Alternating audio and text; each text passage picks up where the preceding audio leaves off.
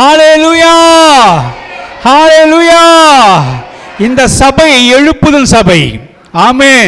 இது தூங்குற சபை இல்ல. இந்த கடைசி காலத்திலே எலியாவை போல, எலிசாக்களை போல எழும்புகிற தேவ சபையாய் கர்த்தர் உங்களை வைத்திருக்கிறார். ஹல்லேலூயா. நீங்க போடுற சத்தம் ரோட்ல இருக்கலாம் உள்ள வரணும். நீங்க போடுற சத்தம் இந்த லைட்டெல்லாம் வெடியணும். ஆவியானவர் எங்கு உண்டோ அங்கு விடுதலை உண்டு. ஒரு மனுஷனுக்குள்ள கர்த்தருடைய அபிஷேகம் இருக்குமானால் அவர் எழும்பி பிரகாசிக்கிற அவர் ஜீவ ஒளியாய் கர்த்தர் மாற்றுவார். ஹல்லேலூயா, ஹல்லேலூயா. இத்தனை மாதங்களாய் கர்த்தர் நம்மை காப்பாற்றினார். இந்த 8 மாதங்களாய் கர்த்தர் நம்மை சுமந்தார். ஆண்டவர் 2024 எத்தனையோ பேர் காண ஆயத்தமாக இருந்தார்கள். ஆனாலும் ஆண்டவர் நமக்கு ஜீவனையும் நல்ல சுகத்தையும் கர்த்தர் நல்ல பலத்தை கொடுத்தபடினாலே நன்றி உள்ளத்தோடு நாம் கர்த்தரை ஸ்தோத்திரம் பண்ணுவோமா? ஹல்லேலூயா.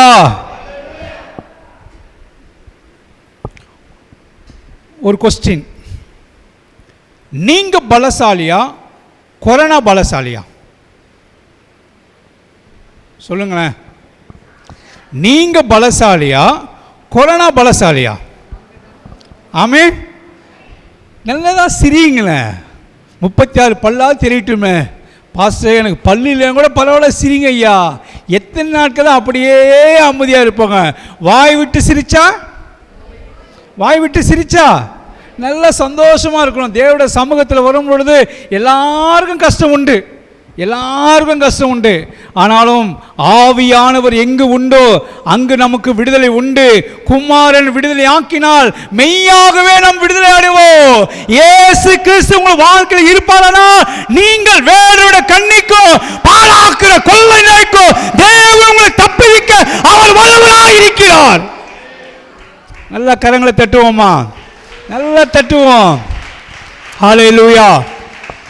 ஒரு காலத்தில் இந்த 2024 நான் பார்ப்பேன், இந்த 2024 இருப்பேன். எனக்கு எவ்வளோ செல்வங்கள் உண்டு, வீடு உண்டு, பணம் உண்டு, நிலம் உண்டு, பிள்ளைகள் உண்டு, படிப்பு உண்டு என்று சொன்னவர்கள் அநேகர் உண்டு. எத்தனையோ காலத்தில் கொரோனா வந்து வாரி போனது. ஆனா கர்த்தர் உங்களை வேறனுடைய கண்ணிக்கும் பாழாக்குற கொள்ளை நோய்க்கும் தேவன் நம்மை தப்புவித்தார்.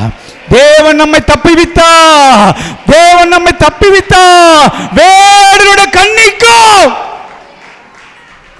பிசாசுடைய கண்ணிக்கும் பாழாக்குற கொள்ளை நோய்க்கும் தேவன் நம்மை தப்புவித்தார். ஹல்லேலூயா, ஹல்லேலூயா. நன்றி சொல்லாமல் இருக்கவே முடியாது பல நன்மை செய்த இயேசுவுக்கே நன்றி நன்றி நன்றி என்று சொல்லி நான் துதிப்பே நாள்தோறும் போற்றுவே நாள்தோறும் போற்றுவே.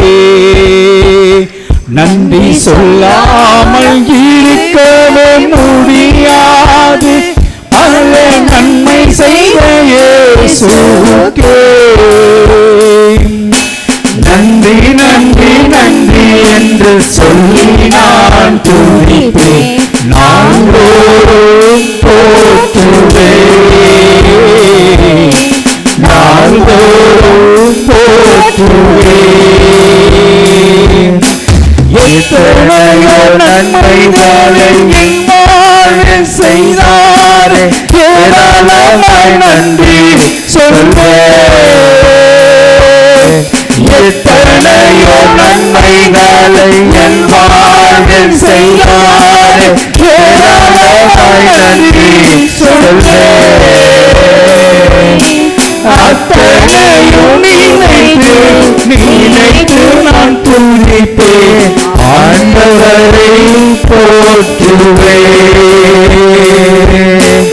அத்தனையும் நினைத்து நான் துதிப்பேன் ஆண்டவரை போற்றுவேன்.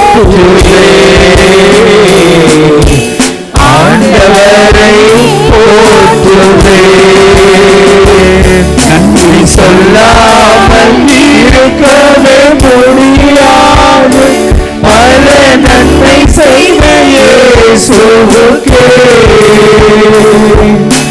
நன்றி நன்றி நன்றி என்று சொல்லி நான் துதிப்பேன். நாள்தோறும் போற்றுவேன், நாள்தோறும் போற்றுவேன். Praise the Lord. என்னோட சாட்சியோட உங்கள் மத்தியில் கர்த்தருடைய வார்த்தையை பகிர்ந்து கொள்ள நான் ஆசைப்படுகிறேன். கர்த்தருடைய நாமத்திற்கு மகிமுண்டாகட்டும். என்னுடைய பெயர் ஜான் கேசவன். கர்த்தருடைய ஊழியங்களை நான் செய்து வருகிறேன். ஒரு ஏழ்மையான ஒரு குடும்பத்திலே பிறந்தவன். என்னுடைய குடும்பம் பார்த்தீங்கன்னா ஒரு ஹிந்து வைராக்கியத்திலே ஒரு ஏழ்மையான குடும்பத்திலே பிறந்தவன். என்னுடைய பெற்றோர்கள்லாம் பார்த்தீங்கன்னா ஒரு ஹிந்துஸில் அந்தளவுக்கு ஒரு வைராக்கியம், அந்தளவுக்கு வைராக்கியம். எங்களுடைய கிராமங்களில் பார்க்கும் பொழுது தன்னுடைய குலதெய்வத்துக்கு ஒரு வேண்டுதல் செய்வார்கள். அப்படி செய்வது ஒரு வழக்கம். எந்த ஆண் பிள்ளை பிறந்தாலும், வீட்டில் எந்த ஆண் பிள்ளை பிறந்தாலும் தான் தெய்வத்திற்கு பலி செலுத்துவது அவங்களுடைய வழக்கம். இப்படி இருக்கும் பொழுது என் குடும்பத்தில் மொத்தம் 3 பேர், ஒரு அக்கா, ஒரு தங்கச்சி, நான், 3 பேர். இந்த 3 பேர் வளர்க்கப்பட்டோம். இன்றைய முறைப்படி, ஒரு வைராக்கியத்தின் முறைப்படி நாங்கள் வளர்க்கப்பட்டோம். இப்படி இருக்கும் பொழுது ஒரு குறிப்பிட்ட வயது வந்த பிறகு எங்கள் குடும்பத்தெல்லாம் ஒன்றாக சேர்ந்து நம்முடைய தெய்வத்திற்கு இந்த கேசவனை பலி செலுத்த வேண்டும் என்று சொல்லி அவள் வேண்டுதல் செய்து எங்களுடைய கிராமத்துக்கு கொண்டு போனார்கள். கிட்டத்தட்ட 16 கிராமங்கள் ஒன்றாக சேர்ந்து ஒரு திருவிழாவை நடத்துவார்கள். இப்படி நடத்தும் பொழுது அவங்க வேண்டப்பட்டவர்கள் தீயை மிதிப்பார்கள். அவங்களுக்கு வேண்டப்பட்டவர்கள் தன்னுடைய உடம்பில் கத்தியை குத்தி வேலை கொடுத்து தன்னுடைய தெய்வத்துக்கு காணிக்கை செலுத்துவார்கள். இப்படி செய்வது ஒரு வழக்கம். இப்படி இருக்கும் பொழுது என்னுடைய குடும்பத்தின் வழக்கத்தின்படி இன்றும் இருக்கிறது. சில கர்நாடகா மாநிலம், சில நார்த் இந்தியாவில், சில ஆந்திர பகுதியில் பார்த்தீங்கன்னா தான் குல தெய்வத்துக்கு இப்படி செய்வது ஒரு வழக்கம். எனக்கு அன்பான கர்த்தர் பிள்ளைகளே, இப்படி இருக்கும் பொழுது என் வாழ்க்கையிலே என்னை கொண்டு போனார்கள். என்னை கொண்டு போகும் பொழுது தான் தெய்வத்துக்கு பலி செலுத்த வேண்டும் என்று சொல்லி கிட்டத்தட்ட காலையிலேருந்து மாலை வரைக்கும் எல்லாம் ஆராதனை திருவிழா நடந்து கொண்டிருக்கும் பொழுது மாலை வேளையிலே ஒரு 4-5 மணிக்கு கேசவனை பலி செலுத்த வேண்டும் என்று சொல்லி தன்னுடைய ஆயத்தப்படுத்தி கொண்டிருந்தார்கள். இப்படி இருக்கும் பொழுது தலையெல்லாம் மொட்டையடித்து எங்கள் 3 பேருக்கும் மொட்டையடித்து பலி செலுத்துறதுக்கு ஆயத்தமாக இருந்தார்கள். சில நபர்கள் ஒன்றாக சேர்ந்து தீ மிதிப்படும் இப்படி நடந்து கொண்டிருக்கும் பொழுது பயங்கரமான ஒரு சோதம் குமர பட்டணம் போல அப்படி தான் தெய்வங்களுக்கு இப்படி பலி செலுத்தி கொண்டிருந்தார்கள். வழக்கமாக என்னுடைய டேர்ம் வந்தது. அப்போ சின்ன பையன், ஒரு 7-8 வயசு தான் இருக்கும். இப்படி இருக்கும் பொழுது பலி செலுத்த வேண்டும் என்று சொல்லி ஆயத்தப்படுத்தி கொண்டிருந்தார்கள். இப்படி ஆயத்தப்படுத்தி கொண்டிருக்கும் பொழுது என்ன ஒரு ஆயத்தம்னா, சிறு பிள்ளைங்கள்லாம் நெருப்பு மிதிக்க தேவையில்லை. காட்டிலேருந்து ஒரு முள்ளை கொண்டு வந்திருக்கிறோம். காட்டிலேருந்து இந்த நார்த் இந்தியா சைடில் பார்த்தீங்கன்னா அந்த முள்ளெல்லாம் ரொம்ப ஷார்ப்பாக இருக்கும். ஆந்திரா சைடில் பார்த்தீங்கன்னா ரொம்ப முள்ளெல்லாம் ரொம்ப ஷார்ப்பாக ஒரு காலில் குத்தின போதும் ரத்தமே பிச்சுன்னு வரும். அப்படி அந்த அளவுக்கு ஷார்ப்னஸாக இருக்கும் காட்டு முள். இந்த காட்டு முள்ளெலாம் என்ன பண்ணாங்க, ஒரு வண்டி மேலே, ஒரு மாட்டு வண்டி மேலே வச்சு எல்லா குழந்தைங்களும் நெருப்பு மிதிக்க முடியாதவங்க என்ன பண்ணாங்க, அந்த அந்த அந்த மாட்டு வண்டியிலே உருட்டி உருட்டி எடுத்து கொண்டிருந்தார்கள். இப்படி உருட்டி எடுத்து கொண்டிருக்கும் பொழுது எல்லாருடைய முகமெல்லாம் ரத்தம், முதுகெல்லாம் ரத்தத்தை கிழித்து அந்த ரத்தத்தை தான் தெய்வத்துக்கு பலி செலுத்தினார்கள். எனக்கு அன்பான பிள்ளைகளே, இப்படி இருக்கும்பொழுது என்னோடய டேம் வந்தது.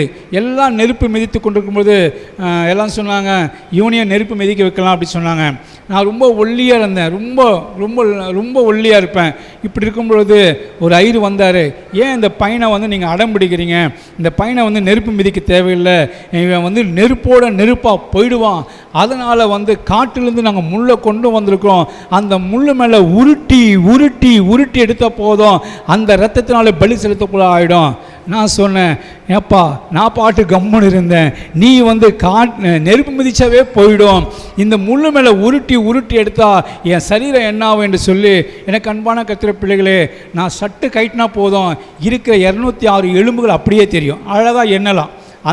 அந்த அளவுக்கு வந்து ரொம்ப லைனானவன், ரொம்ப வந்து ஒரு ஒல்லியாக இருப்பேன். இப்படி இருக்கும் பொழுது என் சட்டெல்லாம் கைட்டிட்டு என்னை உருட்டி எடுத்தாங்க பாருங்கள். அந்த உருட்டி எடுக்கும் பொழுது என் மூஞ்சி என் முகம் எல்லாமே இரத்தத்தினாலே அப்படியே சிந்தப்பட்டது. அந்த இரத்தத்தை எடுத்து என்ன செய்தார்கள், தன் தெய்வத்துக்கு பலி செலுத்தினார்கள். எனக்கு அன்பான தேவ பிள்ளைகளே, நம்முடைய வாழ்க்கையில் நம்ம இரத்தத்தை சிந்துற பார்க்குற நம்ம தெய்வம் அல்ல, நம்மை சுமந்து கொண்டு போகிற தெய்வம் அல்ல, நம்மை சுமக்கிற ஆண்டவராக இயேசு கிறிஸ்து தான் மெய்யான தேவன். அவர்தான் மெய்யான தேவன். அவர் நமக்காக ரத்தம் சிந்தினார். வேதம் சொல்லுகிறது, ஒரே குமாரன், நம்முடைய தேவன் ஒரே பேரான குமாரனை விசுவாசிக்க எவனோ அவன் கெட்டு போகாமல் நித்திய ஜீவனை அடையும்படிக்கு அவனை தந்தறி இவ்வளவோ உலகத்தில் அன்பு கூர்ந்தார். எனக்கு அன்பான கர்த்தர் பிள்ளைகளே, பிசாசு 3 காரியங்கள் செய்வான். ஒன்று, அழிக்க வருவான். 2வது, திருட வருவான். 3வது, நம்ம கொல்ல வருவான். ஹல்லேலூயா. இவனுடைய குவாலிஃபைடு இதுதான். பிசாசு இதுதான் குவாலிஃபைடு. அவன் திருடுகிறவன், நம்மை கொல்லுகிறவன், நம்மை அழிக்கிறவன். எனக்கு அன்பான கர்த்தருடைய பிள்ளைகளே, இவ்வுலகத்திலே இந்த உலகம் பிசாசின் அதிபதியாக இருக்கிறபடினாலே இனி ஜனங்களை கொல்லுகிறான், பாவத்தினாலே கொல்லுகிறான். 2வது, அழிக்கிறான். 3வது, நம்முடைய வாழ்க்கையில ஆவிக்குரிய மேன்மையை அவன் அழிக்க வருகிறான். ஆகிய தேவ பிள்ளைகளே, ஆகியதான் வேதம் சொல்லுகிறது, அவர் என்ன செய்கிறாரா, நம்மை வேலுட கண்ணிக்கும் பாழாக்குற கொள்ளை நோய்க்கும் நம் தேவன் நம்மை தப்புவிக்க வல்லவராக இருக்கிறார். சத்தம் அல்லேலூயா சொல்லுவோமா? ஹல்லேலூயா. தூங்குறவங்களா அல்லேலூயா சொல்லுங்க பாப்போம். ஹல்லேலூயா. உண்மையா இருக்கிறவங்க பிரைஸ் தி லார்ட். ஆகியால் கொஞ்சம் அலர்ட்டாக இருங்க. நான் ரொம்ப நேரம் எடுத்துக்கொள்ள மாட்டேன். உங்கள் லைஃப்பில் வந்து என் லைஃப்பில் என்ன ப்ராக்டிஸ் பண்ணணும் அதே போல் நீங்களும் ப்ராக்டிஸ் பண்ண அப்படி தான் வார்த்தைகளை கொடுப்பேன். எனக்கு தெரியாததை நான் மெசேஜ் கொடுப்பது கிடையாது. ஹல்லேலூயா. ஆகிய தேவ பிள்ளைகளே, சரியாக கரெக்டாக 12 மணிக்கெல்லாம் முடிச்சிடுவேன். கரெக்டாக மணி 11:20 ஆகுது. அதனால் எப்போ தான் முடிப்பாருன்னு சொல்லிட்டு சில பேர் வந்து என்னென்னா வீட்டில் வந்து நம்ம குழம்பு வச்சுருக்கிறோம், சிக்கனை வாங்கி வச்சுருக்கிறோம், இவர் எப்போ தான் முடிப்பார் அப்படியெல்லாம் நினைக்காதீங்க பிரதர்ஸ். வாலிப தம்பிங்களா, வாலிப தங்கச்சிங்களா, இந்த அரை மணி நேரத்தில் உங்கள் லைஃப் மாறணும். நான் மாற்ற வரல, இயேசு உங்களை மாற்றப் போகிறார். இயேசு கிறிஸ்து உங்களை மாற்றப் போகிறார். இயேசு கிறிஸ்து உங்களை மாற்றப் போகிறார். ஆகையால் எங்கே மைண்டெல்லாம் எங்கெங்கே சுற்றுறீங்களெல்லாம் கரெக்டாக தேவாலயத்துக்கு கொண்டு வாங்க. சில பேர் இங்கேயே உட்காந்து இருப்பாங்க, நம்ம வீட்டில் கேஸ் ஆஃப் பண்ணுமா, கேஸ் ஆஃப் பண்ணலையா, இதையே கன்ஃபியூஷனாக இருப்பாங்க. ஆராதனை முடிச்ச பிறகு என்ன சாப்பிட்லாம் அப்படியெல்லாம் பிளான் பண்ணியிருப்பாங்க. இதெல்லாம் ஒரு அரை மணி நேரம் அப்படியே விட்டுட்டு தேவோட வார்த்தை நல்லா கேளுங்க. உன் லைஃப்பில் கர்த்தர் மாற்றுவார். ஆமென். வாலிப தங்கச்சிங்களா, வாலிப தம்பிங்களா, எல்லாம் ரெடியாக இருக்கணும். ஆமென். வாழ்க்கையில் எவ்வளோ தோல்வி அடைஞ்சிருக்கலாம், நீங்கள் எவ்வளோ ஃபெயிலியர், தோல்வி தோல்வி தோல்வி தோல்வி. ஆனால் எங்கள் இயேசு கிறிஸ்துவில் வரும்போது எல்லாவற்றிலும் உங்களை வெற்றி சிறக்க பண்ண தேவன் அவர் வல்லவராக இருக்கிறார். நம்ம ஆராதிக்கிற தேவன் யாருங்க? சிங்க கெபில போட்டாலும் சரி, சூழ நெருப்புல போட்டாலும் சரி, ஆண்டவர் உங்களை தப்பிவிக்க அவர் வல்லவராக இருக்கிறார். சத்தமா வரணுமே. யாரா இந்திக்கார இருக்கிறீங்களா? No Hindi, all Tamil, Telugu. Oh praise Lord. దేవుడు మిమ్మల్ని ఆశీర్వదిస్తారు. హల్లెలూయా. ఎన్ని తెలిసినా ఏది అడిగినా జరిగేది ఎవడి చిత్తం చెప్పండిమయ్యా. దేవుడు చిత్తం. ఏం జరిగినా సరే మన లైఫ్లో దేవుడి చిత్తం, அவருடைய சித்தம் நம்முடைய வாழ்க்கையை கர்த்தர் செய்வார். எனக்கு இப்படி இருக்கும் பொழுது என்னை உருட்டி எடுத்தாங்க, சேர்ந்தாங்க, அந்த ரத்தத்துக்கு பலி செலுத்தினாங்க. இப்படி தான் ஒரு ஏழ்மையான குடும்பம், ஒருவேளை சாப்பாடுக்கே ரொம்ப கஷ்டப்பட்ட குடும்பம். இப்படி எங்கள் வீட்டில் எல்லாம் இருக்கும். ஆனால் தேவ சமாதானம் இல்லாத நிமித்தம் எங்கள் குடும்பத்தில் ரொம்ப வறுமையாக நாங்கள் கடந்து போன நாட்கள் உண்டு. எனக்கு அன்பான கர்த்தர் பிள்ளைகளே, ஒருவேளை சாப்பாடுக்கு ஏங்கின நாட்கள் உண்டு. இப்படி இருக்கும் பொழுது எங்கள் குடும்பத்தில் நாங்கள் அந்த தெய்வத்துக்கு நாங்கள் எவ்வளோ வைராக்கியமாக இருந்தோம், நல்ல எங்கள் அப்பா நல்ல வேலை தான். எங்கள் வீட்டில் ஒரு தரித்திர நிமித்தம், ஒரு சாபத்து நிமித்தம் எங்கள் 3 பேருக்குள்ள மத்தியில் பார்த்தீங்கன்னா ஒரு நல்ல சமாதானம் இருக்காது. எங்கள் 3 பேர் மத்தியில் பார்த்தீங்கன்னா எப்போ பார்த்தாலும் தரித்திரம் இப்படி தான் போய்கொண்டிருந்தது. நான் +2 முடித்தேன். இங்கே Perambalur Don Bosco higher secondary ஸ்கூலில் +2 முடித்தேன். மூலக்கடையில் முடித்தேன். இப்படி இருக்கும் பொழுது எங்கள் குடும்பம் மிக தரித்திரமாக இருந்தது, ரொம்ப ஏழ்மை.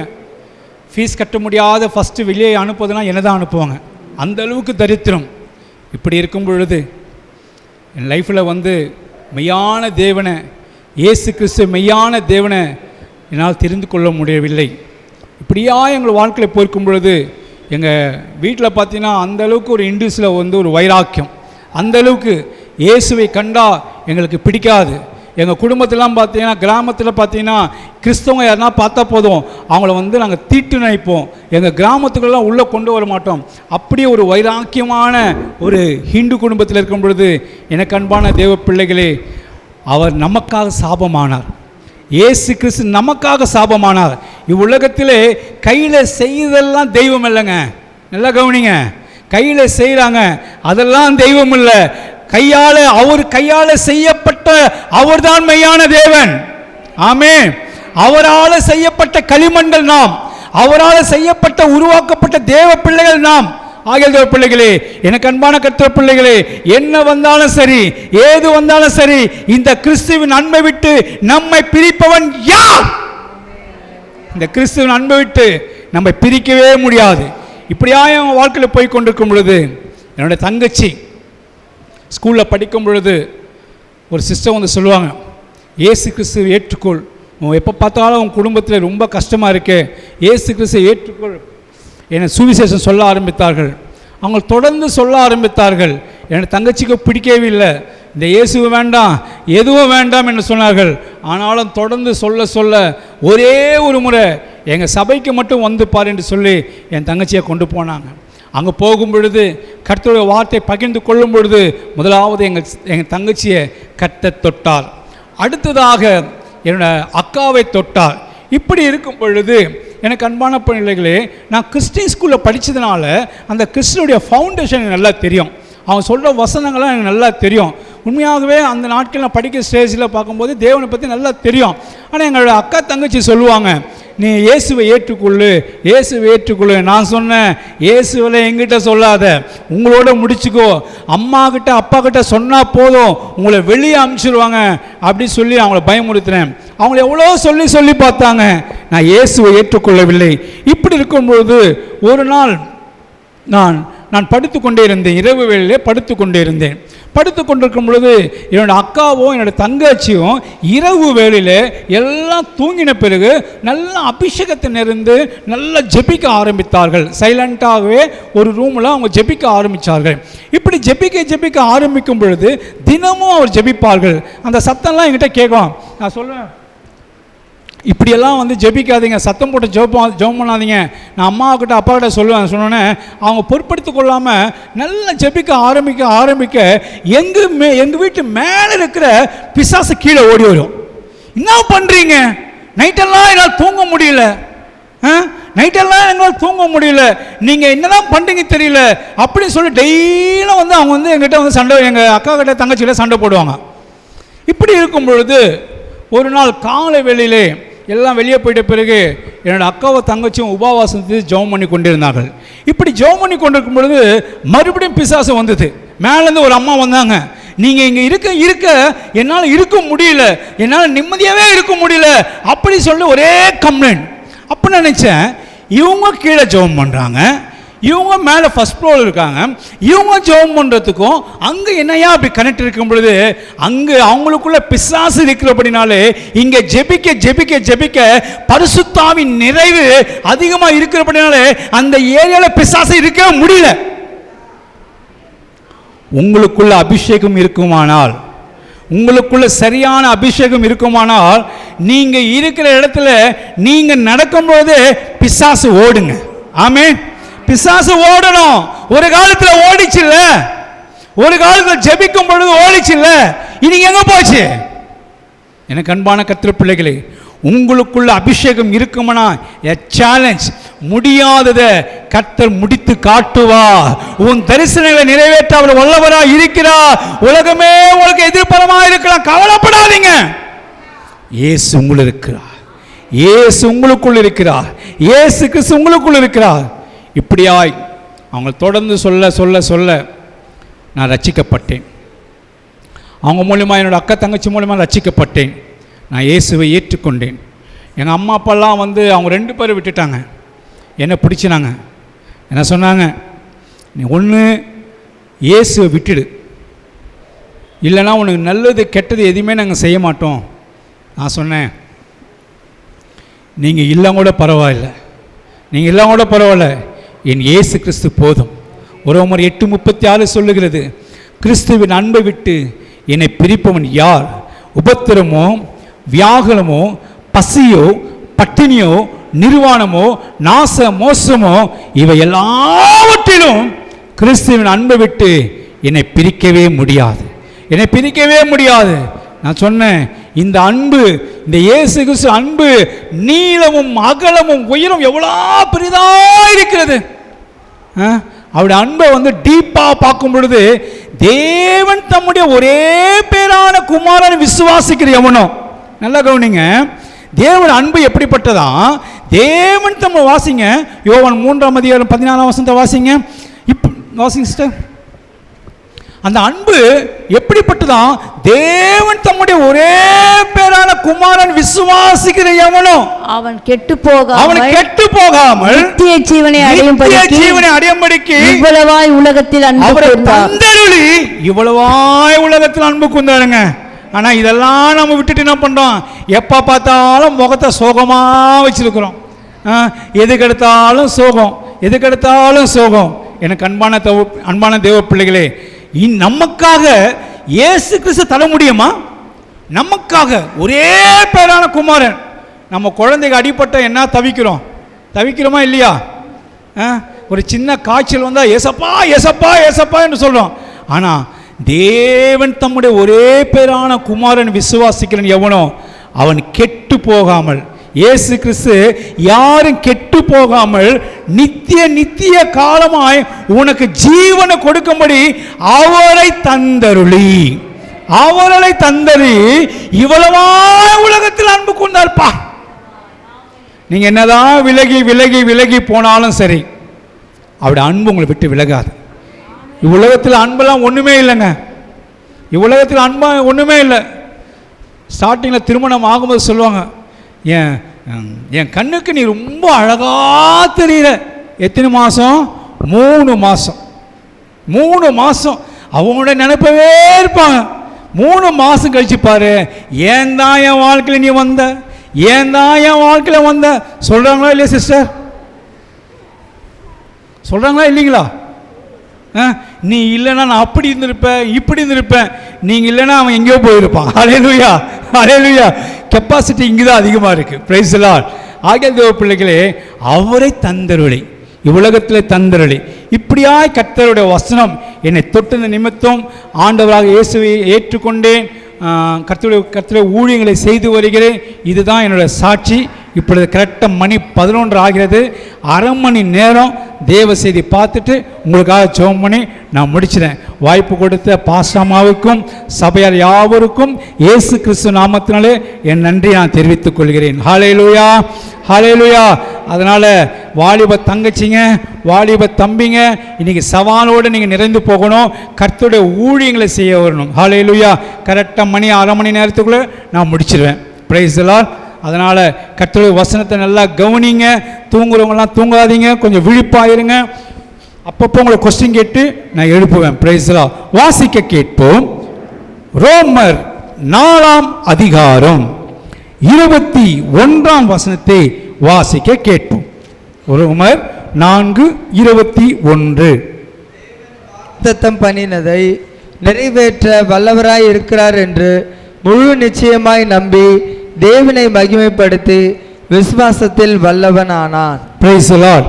எனக்கு அன்பான கர்த்தர் பிள்ளைகளே, தேவன் வாக்குத்தத்தம் பண்ணினதை நிறைவேற்ற வல்லவராய் இருக்கிறார் என்று முழு நிச்சயமாய் நம்பி தேவனை மகிமைப்படுத்தி விசுவாசத்திலே வல்லவனானான்.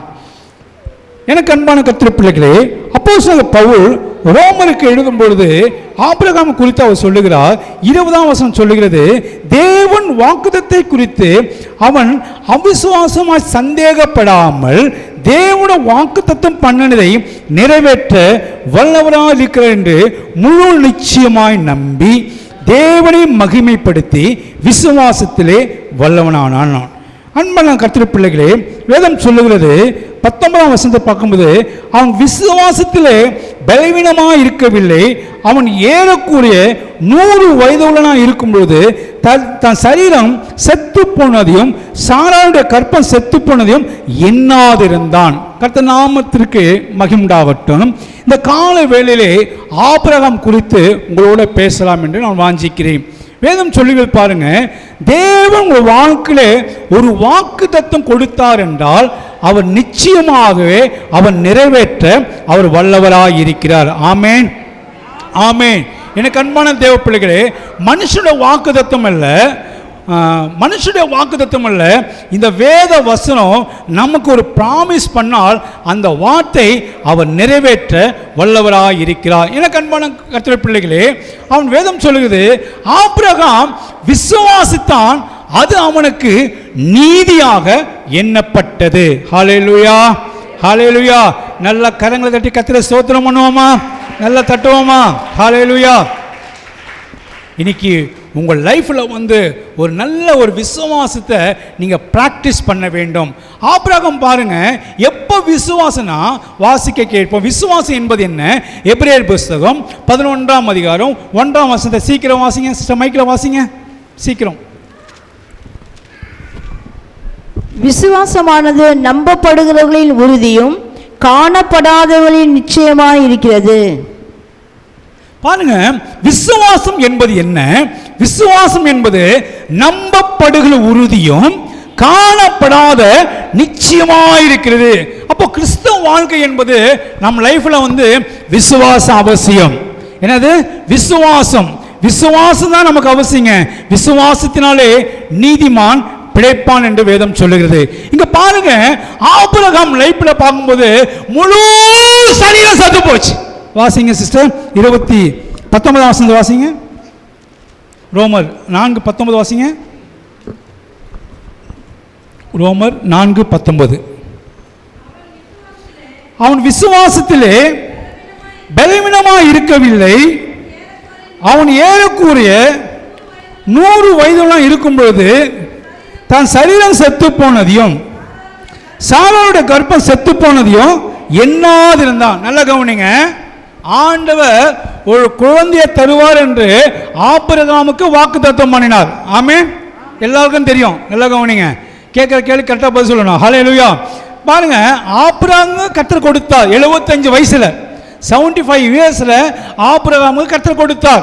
ஆபிரகாமே, நான் உனக்கு குழந்தை கொடுப்பேன். உனக்கு எலிசேர் அல்ல, உனக்கு இம்மானுவேல் இல்லை, நான் இதெல்லாம் இவங்களாம் குழந்தை இல்லை, நான் உனக்கு கொடுப்பேன். இஸ்மவேல் உங்க குழந்தை இல்லை, நான் உனக்கு கொடுப்பேன்பா. வாக்கு தத்தம் பண்ணதை நான் நிறைவேற்ற வல்லவராக இருக்கேன். நல்ல கவனிங்க, சரீரமே செத்து போச்சு சிஸ்டர். சரீரம், ஆபிரகாமுடைய சரீரம் செத்து போச்சு, சாராவுடைய கர்ப்பமும் செத்து போச்சு. குழந்தை பிறக்குமா? மெடிக்கல் லெவலில் சொல்லுங்க. டாக்டர் சொல்றாங்க, உனக்கு சுகர் ஏறுது, பிபி ஏறுது. டாக்டர் கிட்ட போனா ஒரு 1000 ரூபாய் பீஸ் இல்லாம நம்மளை சும்மா விடுவாங்களா? சொல்லுங்க. தொட்டா அது போச்சு இதை போச்சு. அதுக்காக தான் நான் டாக்டர்கிட்டே போதில்லை. ஜீவனை கொடுக்கவே கர்த்தர்.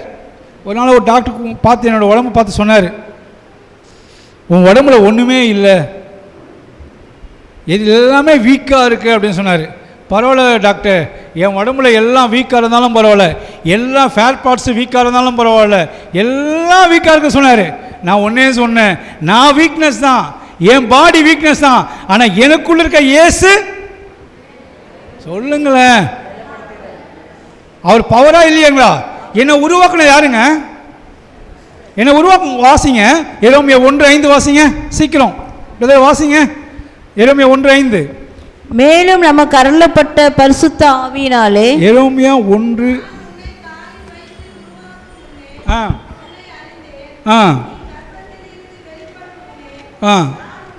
பாருங்க, அவர் எப்படி உருவாக்குறா? தாயின் கருவில் உருவாக்கும் முன்னே, தாயின் கருவில் உருவாக்கும் முன்னே. நல்லா கவனிங்க. நீங்க எத்தனை மாசம் தாயோட வயிற்றுல இருந்தீங்க? நீங்க எத்தனை மாசம் தாயோட வயிற்றுல இருந்தீங்க? 10 மாசம். அந்த 10 மாசத்துல வயிற்றுல தண்ணி இருந்ததா இல்லைங்களா? சொல்லுங்களேன். இருந்ததா இல்லைங்களா? இருந்ததா இல்லைங்களா? அந்த அந்த கர்ப்பப்பை முழுவதும் தண்ணி இருந்ததா இல்லைங்களா? அதுக்குள்ள நீங்க இருந்தீங்களா இல்லைங்களா? அப்ப கர்த்தர் பாதுகாத்தாரா? நல்லா சொல்லுங்களேன். பாதுகாத்தாரா இல்லைங்களா? மம்மி அம்மா வயிற்றுல இருக்கும்பொழுது எவ்வளோ கஷ்டம், சாப்பிட முடியாம எவ்வளோ கஷ்டம் இருந்தது, தூங்க முடியாம எவ்வளோ கஷ்டம் இருந்தது. அப்ப கர்த்தர் பாதுகாத்தாரா இல்லைங்களா? சிஸ்டர், பாதுகாத்தாரா இல்லைங்களா? அப்போ ஆண்டவர் உலக தோற்றத்துக்கு முன்பாக உங்களை முன்குறிக்கும் பொழுது ஆண்டவர் இந்த நாளிலே இந்த டைம்ல கர்த்தர் உங்களை பாதுகாப்பாரா பாதுகாக்க மாட்டாரா? ஆமென், ஆமென். டாக்டர் சொல்றது நம்பாதீங்க. டாக்டர்கிட்ட போன பேக் பெயின் சொன்ன போதும் அந்த ஸ்கேனு சிடி ஸ்கேனு எல்லாம் சொல்லுவாங்க, நம்பாதீங்க. ஆனா கர்த்தரை நம்புங்க, கர்த்தரை நம்புங்க, கர்த்தரை நம்புங்க. அறியாததும் எட்டாததுமான பெரிய காரியங்களை கர்த்தர் செய்ய அவர் வல்லவராய் இருக்கிறார். எனக்கு அன்பான கர்த்தர் பிள்ளைகளே, ஆபிரகாம் லைஃப்ல எல்லாமே செத்து போச்சு. நான் சொல்ல வசனம் சொல்லுகிறது. ரோமன் 4:19 சொல்லுகிறது. வாசிங்க சிஸ்டர். ரோமன் 4:19 வாசிங்க. அவன் விசுவாசத்திலே பலவீனமாய் இருக்கவில்லை. அவன் விசுவாசத்திலே பலவீனமாய் இருக்கவில்லை. அவன் ஏறக்குறைய 100 வயதுள்ளவனாய் இருக்கும் பொழுது தன் சரீரம் செத்து போனதையும் சாராளுடைய கர்ப்பம் செத்து போனதையும் எண்ணாதிருந்தான். தேவனுடைய வாக்குத்தத்தத்தை குறித்து அவன் அவிசுவாசமாயிராமல் சந்தேகப்படாமல் தேவன் வாக்குத்தத்தம் பண்ணதை நிறைவேற்ற வல்லவராய் இருக்கிறார். முதலாவதாக ஆபிரகாம் விசுவாசத்திலே அவன் வல்லவன், விசுவாசத்திலே வல்லவன். இன்னைக்கு தேவ செய்தி தலைப்பு என்னவென்றால் அவர் வல்லவர், அவர் இயேசு கிறிஸ்து வல்லவர், நானும் வல்லவனாக இருக்க வேண்டும். இதுதான் மெசேஜ். ஷார்ட்டாக ஸ்வீட்டாக உங்களுக்கு சொல்கிறேன். தேவன் வல்லவர், நம்முடைய ஆராதிக்கிற தேவன் அவர் வல்லவராய் இருக்கிறார். ஆனால் அவரை நம்ம விசுவாசிக்கும் பொழுது நாமும் கூட அவரால் வல்லவரால் இருக்க முடியும்.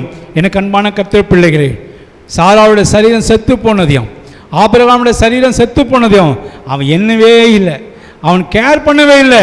கர்த்தரையே நம்பியிருந்தான், கர்த்தரையே நம்பியிருந்தான், கர்த்தரையே நம்பிதான். தேவன் கொடுத்தாருப்பா, தேவன் சொன்னாரு, தேவன் செய்தாரு. அப்படியே நம்பி நம்பி நம்பி நம்பி உங்க லைஃப்ல பிராக்டிஸா கொண்டு பாருங்க. ஆண்டவன் முழு நிச்சயமாய் நம்பி அவன் விசுவாசத்தை கர்த்தர் வர்த்திக்க பண்ணினார். எனக்கு அன்பான கர்த்தர் பிள்ளைகளே, இன்னைக்கு உங்களுடைய தரிசனம் செத்து போயிருக்கலாம் ஐயா. உங்க குடும்பம் ஒரு அடுத்த ஸ்டெப்பு கொண்டு வர முடியாது இருக்கலாம். ஆனால் இன்னைக்கு ஒன்னே ஒன்று, ஃபேத். இயேசுவை விசுவாசிங்க. எதையெல்லாம் இழந்து போனீங்களோ, எவையெல்லாம் இழந்து போனீங்களோ, கர்த்தரையே நம்புங்க, கர்த்தரையே நம்புங்க. அவன் வேதம் சொல்லுகிறது அவன் விசுவாசத்திலே வல்லவன். அப்படியானால் நம்முடைய தகப்பனார் ஆபிரகாம் இருக்கும் பொழுது நீங்களும் அவருடைய பிள்ளைகளாக இருக்கிறீங்க. ஆமென். ஆபிரகாமுடைய சந்ததி சொல்லுங்க, கைத்துக்கும் பார்ப்போம். நான் ஆபிரகாம் சந்ததி என்று சொல்லுங்க, கைத்துக்கும் பார்ப்போம். அப்போ ஆபிரகாம் சந்ததி என்றால் உங்களுக்குள்ள என்ன தேவை சொல்லுங்களேன்? என்ன தேவை? விசுவாசம். விசுவாசத்தினாலே நீதிமான் பிழைப்பான். இந்த விசுவாசத்தினாலே நம்முடைய முன்னோர்கள்லாம் நற்சாட்சி பெற்றார்கள். அப்போ இந்த காலத்தில் விசுவாசம் இருக்கா? ஹலோ, கொஞ்சம் விசுவாசம் நமக்கு தேவைங்க. கர்த்தர் செய்வார், கர்த்தர் நடத்துவார், அப்படி என்று விசுவாசம். நம்ம இன்னைக்கு இந்த விசுவாசத்தை கொஞ்சம் ப்ராக்டிஸ், கொஞ்சம் நிறைய நல்ல. நீங்கள்லாம் விசுவாச குடும்பங்கள், நீங்கள்லாம் தேவனுடைய பிள்ளைகள். அந்த விசுவாசத்தை தட்டி எழுப்புங்க. கொஞ்சம் தட்டி எழுப்பி அதை ப்ராக்டிஸாக கொண்டு வாங்க. வேதம் சொல்லுகிறது, இல்லாததை கர்த்தர் நமக்கு உருவாக்கி கொடுப்பாரப்பா. வேலை இல்லையா, கவலைப்படாதீங்க. உங்கள் பிள்ளை படிக்க முடியலையா, கவலைப்படாதீங்க. முழங்கால் படிட்டு தேவனோட பாதத்தில் கொஞ்சம் அமர்ந்து கேளுங்க. ஆண்டவரே, இது எனக்கு தேவை, அது தேவை, ஆண்டவரை கேளுங்க. யாக்கோபை போல நம்ம என்ன பண்ணணும்னா போராடி ஜெபம் பண்ணோம். கர்த்தாவே, நீர் என்னை ஆசீர்வதித்தால் வழிய நான் உம்மை போக விடேன்னு சொல்லி நம்ம கெஞ்சி ஜெபம் பண்ணுங்க. சரி, போகட்டும். பாருங்க, இந்த விசுவாசத்தினாலே நாம் எப்படி வல்லவரால் ஆக முடியும் என்றால், கர்த்தர் நாம் எப்படி தெரிந்து கொண்டார் என்றால், நாம ஞானிகளை வெட்கப்படுத்தும்படியாக பைத்தியமானவர்களை நம்ம தெரிந்து கொண்டார். வாசிக்க கேட்போம். 1 கொரிந்தியர் 1ஆம் அதிகாரம் 27, 28 படிங்க.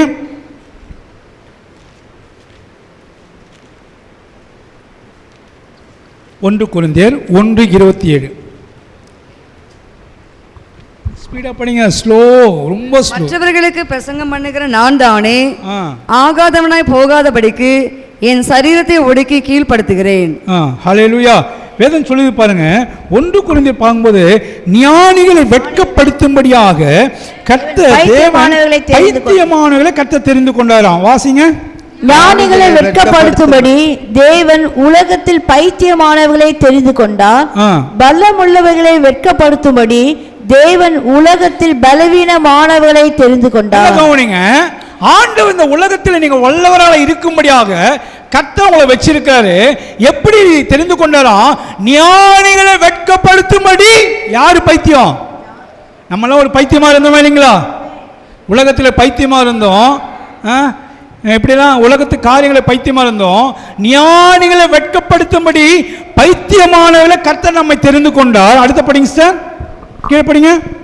பலமுள்ளவர்களை வெட்கப்படுத்தும்படி தேவன் உலகத்தில் பலவீனமானவர்களை தெரிந்து கொண்டார். ஹல்லேலூயா. பாருங்க, பலமுள்ளவர்கள் வெட்கப்படுத்தும்படி தேவன் பலவீனங்களை. யாரு பலவீனங்கள்? நம்ம தான் பலவீனங்கள். கர்த்தர் நம்மை தெரிந்து கொண்டார். கர்த்தர் நாமத்திற்கு மகிமை உண்டாகட்டும். ஆகிய பிள்ளைகளே, இந்த உலகம் எங்கெல்லாம் நம்ம ரிஜெக்ட் பண்ணிச்சோ, இந்த உலகம் நம்ம எங்கெல்லாம் நம்ம தூட்டுச்சோ, இந்த உலகம் நம்ம எங்க கேவலப்படுத்திச்சோ, இதெல்லாம் எனக்கு தேவை என்று கர்த்தர் நம்மை தெரிந்து கொண்டார். அவமானப்படுத்துறாங்களா? கவலைப்படாதீங்க. கல் எறிகிறாங்களா? கவலைப்படாதீங்க. எல்லாத்துக்கும் கேவலமா பேசுறாங்களா? கவலைப்படாதீங்க. நம்ம சாப்பிட்டவங்க நமக்கு விரோதமா இருக்கிறாங்களா? கவலைப்படாதீங்க. பின்னாடி முதுகுல குத்துறாங்களா? கவலைப்படாதீங்க. இதெல்லாம் சேர்த்து வச்சிங்க. கர்த்தர் உங்களை உயர்த்துகிற நாள் வரும். கர்த்தர் உங்களை உயர்த்த நாள் வரும். இந்த ஊழிய பாதையில் எவ்வளோ அவமானங்கள் உண்டு, எவ்வளோ பாடுகள் உண்டு. உங்களை மத்தியில் பிரசங்கம் பண்ணுறேன்னா எவ்வளோ கண்ணீர் உண்டு. இவெல்லாம் நான் சேர்த்து வச்சுக்கப்படினா தான் இன்னைக்கு உங்கள் மத்தியில் பிரசங்கம் பண்ண கர்த்தர் கிருபை கொடுத்தா. பிரசங்கம் என்பது பெரிய விஷயமே இல்லைங்க. பிரசங்கம் என்பது பெரிய விஷயமே இல்லை. தான் லைஃப்பில் ப்ராக்டிஸ் பண்ணி அதை பிரசங்கம் பண்ணி உங்களை கொண்டு வரதான் அது தேவ கிருபை. சரி, நாமத்திற்கு மகிமை உண்டாகட்டும். எனக்கு அன்பான கர்த்தர் பிள்ளைகளே, வேதம் சொல்லுகிறது பாருங்க, இவைகளெல்லாம் வெட்கப்படுத்தும்படியாக பைத்தியமானவர்களை கர்த்தர் நம்மை தெரிந்து கொண்டார். எனக்கு அன்பான கர்த்தர் பிள்ளைகளே, நம்முடைய வாழ்க்கையில் ஒரு சேலஞ்ச் இருக்கணுங்க. நம்முடைய வாழ்க்கையில் ஒரு சேலஞ்ச் இருக்கணும். நம்ம லைஃப்பில் ஒரு சேலஞ்ச் இருக்கணும். இது என்னால் செய்ய முடியும் அப்படின்ட்டு ஒரு சேலஞ்ச் இருக்கணும். நான் ஊழிய பாதையிலே, ஆரம்ப நாட்கள் ஊழிய பாதையிலே கர்த்தர் ஊழியத்தை செய்யும் பொழுது ஒருத்தன் சொல்லுவான், பைபிள் பைபிள் பைபிள் கொண்டு போகிறான், ஆனால் மனைவிக்கு சோறு போடுறது கிடையாது. மனைவியை வைத்து பட்னியாக போட்டு இவன் ஊழியத்துக்கு போகிறான். அப்படியெல்லாம் என்னை ஆரம்ப நாட்களிலே ஒரு 25 வருஷத்துக்கு முன்பாக துப்பின நாட்கள் உண்டு. எனக்கு 2 பிள்ளைங்க, ஒரு பையன் ஒரு பொண்ணு. எங்கள் பசங்க பெரியவங்களும் ஆகிட்ட பிறகு அவங்கள ஸ்கூலில் சேர்க்கணும், எல்கேஜி யூகேஜியில் சேர்க்கணும். அப்படி இருக்கும் பொழுது எல்லாம் சொன்னாங்க, நீ ஊழியன்னு போறிய, சாப்பாடுக்கே ஒன்றும் இல்லாமல் போறிய, உன் பிள்ளைங்களை எங்கே நீ படிக்க வைக்க போகிற? எல்லாம் எங்களை திட்டம் கொண்டு பேசாத, ஒரு கார்ப்பரேஷன் ஸ்கூலில் சேர்த்துறேன், இல்லை ஒரு ஆர்பிசி ஸ்கூலில் சேர்த்துறேன் அப்படின்னு சொன்னாங்க. நான் சொன்னேன், ஒரு நாள் ஆண்டவர் பார்த்து ஜெபம் பண்ணேன். நல்லா கவனிங்க, உன் லைஃப்பில் உங்கள் இது ப்ராக்டிக்கலாக உங்களுக்கு சொல்கிறேன்.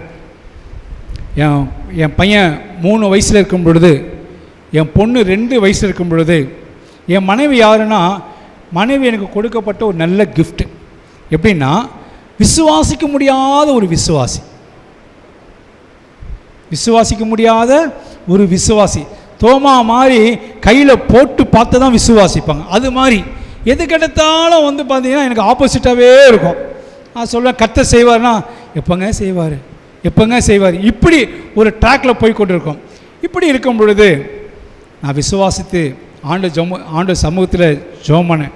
கர்த்தாவே, உங்களுடைய வேதத்தை சுமக்கிற நான், என் பிள்ளைங்க இந்த பெரம்பூரில் டிஆர்பிசி ஸ்கூலில் சேர்த்தா நல்லா இருக்காது ஆண்டவரே, என் பிள்ளைங்க ஜமானியா ஸ்கூலில் சேர்த்தா நல்லா இருக்காது ஆண்டவரே, என் பிள்ளைங்க ஒரு கார்ப்பரேஷன் ஸ்கூலில் சேர்த்தா நல்லா இருக்காது ஆண்டவரே, மற்ற பிள்ளைங்கள்லாம் பாருங்கள் ஆண்டவரே நல்ல ஹை ஸ்டடீஸில் இருக்கிறாங்க, சிபிஎஸ்சி ஸ்கூலில் படிக்கிறாங்க, மெட்ரிகுலேஷன் படிக்கிறாங்க ஆண்டவரே, எனக்கு யாருமே இல்லைப்பா, எனக்கு நீ தான் தெரியும், எந்த ஸ்தாபனம் தெரியாது, நான் யார்கிட்டையும் போய் கேட்க மாட்டேன் ஆண்டவரே, சாப்பாடு வந்து இல்லை கூட பரவாயில்ல, தண்ணி குடிச்சு நான் படுப்பேன் ஆண்டவரே, ஆனால் நான் பரவாயில்ல, ஆனால் என் பிள்ளைங்க என் மனைவியை ஆசீர்வதியும் என்று சொல்லி ஒரு நாள் நான் அழுது கொண்டே ஜெபம் பண்ணி கொண்டிருந்தேன். ஒன்னே ஒன்று சொன்னேன், ஆண்டவரே தகப்பனே, நான் என் பிள்ளைங்களை வந்து எல்லாமே நல்ல ஸ்கூலு தான், நான் தப்பாக சொல்ல, எனக்குள்ள ஒரு வைராக்கியம் தெரியுங்களா, என் பிள்ளைங்களை நல்ல மெட்ரிகுலேஷன் ஸ்கூலில் படிக்கணும் அப்படின்னு சொல்லிட்டு என்னுடைய வைராக்கியம். இப்படி இருக்கும் பொழுது நேராக பெரம்பூர் சர்ச்சில் டான்பஸ் ஸ்கூல் ஒன்று இருக்குது பிரைமரி, அங்கே போனேன், ஒரு அப்ளிகேஷன் வாங்கினேன், ஃபுல் பண்ணேன், என் பையனை சேர்த்தேன். என் மனைவி சொன்னாங்க, நம்மளே ரொம்ப கஷ்டப்படுறோம், இந்த ஒரு வைராக்கியம் தேவையா? இல்லை, இந்த 2 பிள்ளைகளும் கர்த்தர் கொடுத்த ஒரு சுதந்திரம். இந்த 2 பிள்ளைங்களும் அப்போ நான் இல்லை, கர்த்தர் கொடுத்த சுதந்திரம். விசுவாசத்தோடு என் பிள்ளைகளை சேர்த்தேன். ஆண்டுடைய கிருபையால் 2 பேரும் நல்லா +2 படிக்க முடிக்க ஆண்டு கிருபை கொடுத்தார். ஒன்றுமே இல்லைங்க, ஒன்றுமே இல்லை. இன்றைக்கி என் பொண்ணு ஃபிசியோதெரப்பி டாக்டர், என் பையன் நியூராலஜி டாக்டர். ஹல்லேலூயா. ஒன்றுமே இல்லாத என்ன, ஒரு குப்பையாக இருந்த என்ன, என் லைஃப்பில் ஒன்றுமே இல்லை. ஒன்றே ஒன்று, இந்த வேதத்தை நான் விசுவாசித்தேன், இந்த வேதத்தை நான் விசுவாசித்தேன். இந்த வேதத்தை விசுவாச நிமித்தம் தான் எங்கள் லைஃப்பில் நடந்த ஒரு டேர்னிங் பாயிண்ட். என் பையன் +2 முடிக்கும் பொழுது ஒரு நாள் மாலையில் நல்லா விளையாட்டு வீட்டுக்கு வந்தான். வீட்டுக்கு வந்து அப்படியே பொத்துன்னு கீழே ஓன்ட்டான். ஒரு 18 வயசு இருக்கும் அந்த டைமில். 18 வயசில் இருக்கும் பொழுது பயங்கரமான உடலில் ரொம்ப காய்ச்சல், ஹெவி ஃபீவர். இந்த ஃபீவர்னால என்ன பண்ண, நேராக எங்கள் வீட்டு பக்கத்தில் ஜூலியன் ஹாஸ்பிட்டல் இருக்குது, அங்கே சேர்த்த உடனே டாக்டர் சொன்னார், இவனுக்கு சாதாரண ஃபீவர் தான். 1 நாள் ஆச்சு, 2 நாள் ஆச்சு, 3 நாள் ஆச்சு, சுகம் கிடைக்கல. ஃபீவராக பார்த்தீங்கன்னா ஹை டெம்பரேச்சரில் போய்கொண்டே இருக்கிறது. டாக்டர் சொன்னார், ஜூலியன் டாக்டர் சொன்னார், உங்கள் பையனுக்கு வந்து எல்லா டெஸ்ட்டும் எடுத்துட்டோம், ஆனால் ஒரே ஒரு டெஸ்ட்டு தான் இருக்குது, அந்த டெஸ்ட்டை மட்டும் எடுத்துட்டா உங்கள் பையனை இந்த ஹாஸ்பிட்டலில் சேர்க்க முடியாதுன்னு சொல்லி அவர் சொன்னார். நான் சொன்னேன், நீங்கள் எல்லா டெஸ்ட்டும் எடுங்க டாக்டர். அவர் ஃபீவருக்கு சம்மந்தப்பட்ட எல்லா டெஸ்ட்டும் எடுத்துகிட்டு கடைசியாக சொன்னார், உங்கள் பையனுக்கு கொரோனா இருக்குது. எனக்கு அன்பான கர்த்தர் பிள்ளைகளே, முதல் கொரோனா டைமில் அளவரிசையில் ஒன்றும் டெத்துமே எதுவுமே இல்லை, அந்தளவுக்கு இல்லை. ஆனால் 2வது கொரோனா பார்த்திங்கன்னா எல்லாரும் வாலின்னு போச்சு. வாலிப பசங்களாக இருக்கட்டும், வாலிப தம்பிங்களாக இருக்கட்டும், எல்லாரும் கொரோனா என்ன பண்ணுச்சு, எல்லாரும் வாலின்னு போச்சு. இப்படி இருக்கும் பொழுது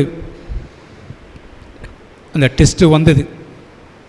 அந்த டெஸ்ட்டு வந்தோடனே உன் பையனுக்கு கொரோனா கிட்டத்தட்ட 3வது ஸ்டேஜ் போச்சுன்னு சொல்லி டாக்டர் உடனே வெளியே அனுப்பிச்சிட்டாங்க. அந்த டாக்டர் வெளியே அனுப்பாமல் அவர் என்ன பண்ணார் தெரியுங்களா, இருக்கிற கார்ப்பரேஷன் எல்லாருக்கும் ஃபோன் பண்ணி சொல்லிட்டார், இந்த பையனுக்கு கொரோனா 3வது ஸ்டேஜ் என்று சொல்லி கார்ப்பரேஷனுக்கு உயர் அதிகாரிகளாம் ஃபோன் பண்ணி சொல்லிட்டார். நேராக வீட்டுக்கு இட்டுன்னு வந்தோம். வீட்டுக்கு இட்டுன்னு வந்தோன்னா எல்லா டாக்டர் எல்லா அதிகாரிகள்லாம் கொரோனா, அந்த கார்ப்பரேஷன் டிபார்ட்மெண்ட்டுக்கு எல்லா அதிகாரியும் எங்கள் வீட்டுக்கு வந்துட்டாங்க. வந்துட்டு உங்கள் பையனை என்கிட்ட கொடுத்துருங்க, நான் பார்த்துக்குறோம் அப்படி சொன்னாங்க.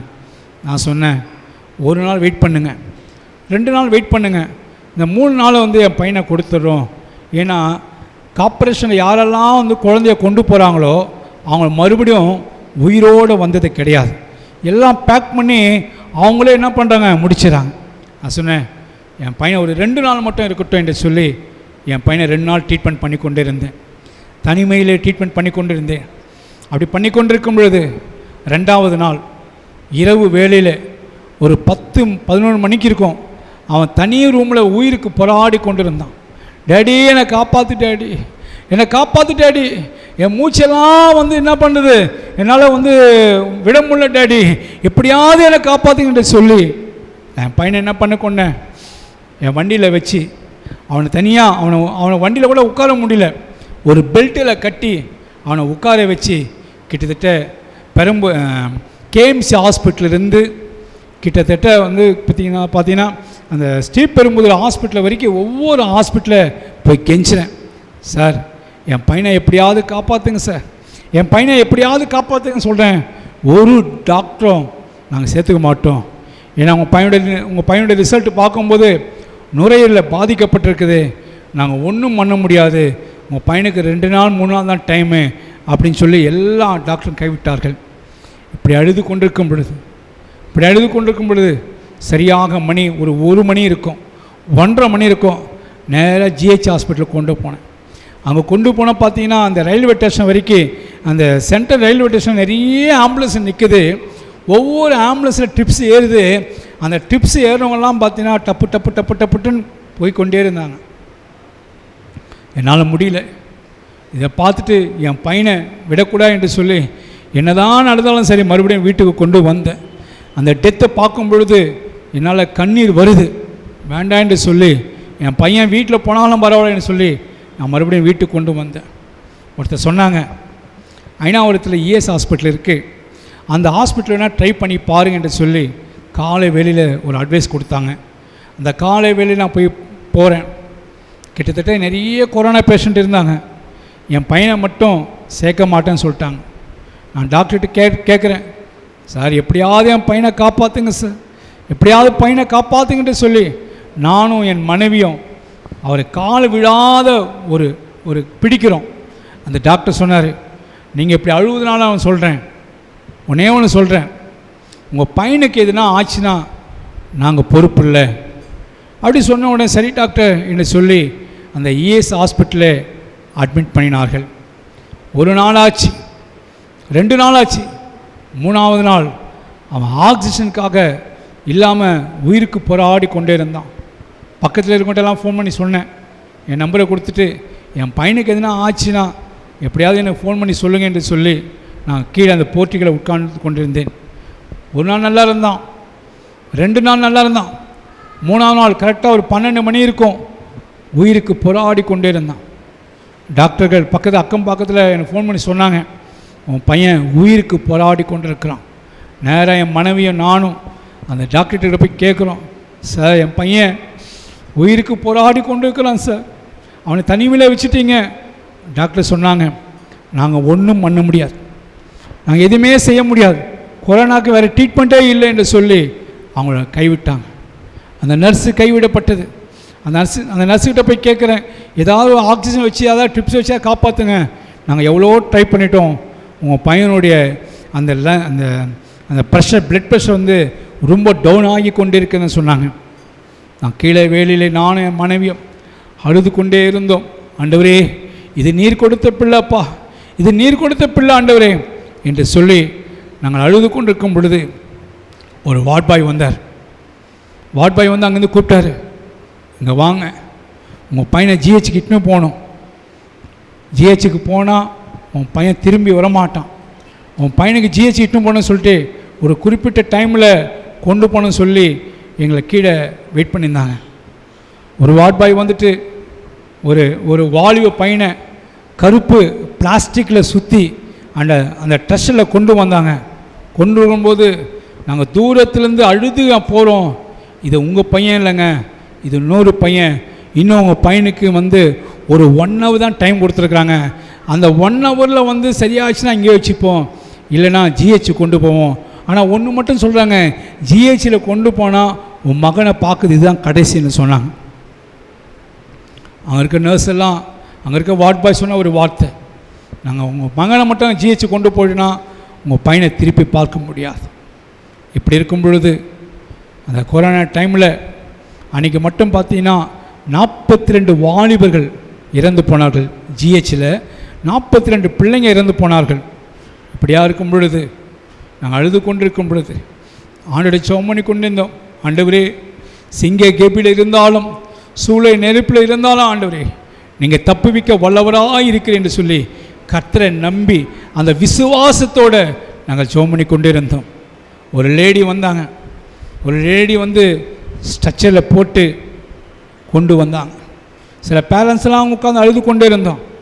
அவங்க கையை தட்டி கூப்பிட்டாங்க, இங்கே வாங்க, ஆம்புலன்ஸ் ரெடியாக இருக்குது, இதை கொண்டு போங்க சொன்னோன்னே அவங்க நாங்கள் ஓடி வரும்பொழுது அந்த பதத்தோடு ஓடி வரும்போது இது உங்கள் பையன் இல்லைங்க, இன்னொரு பையன்.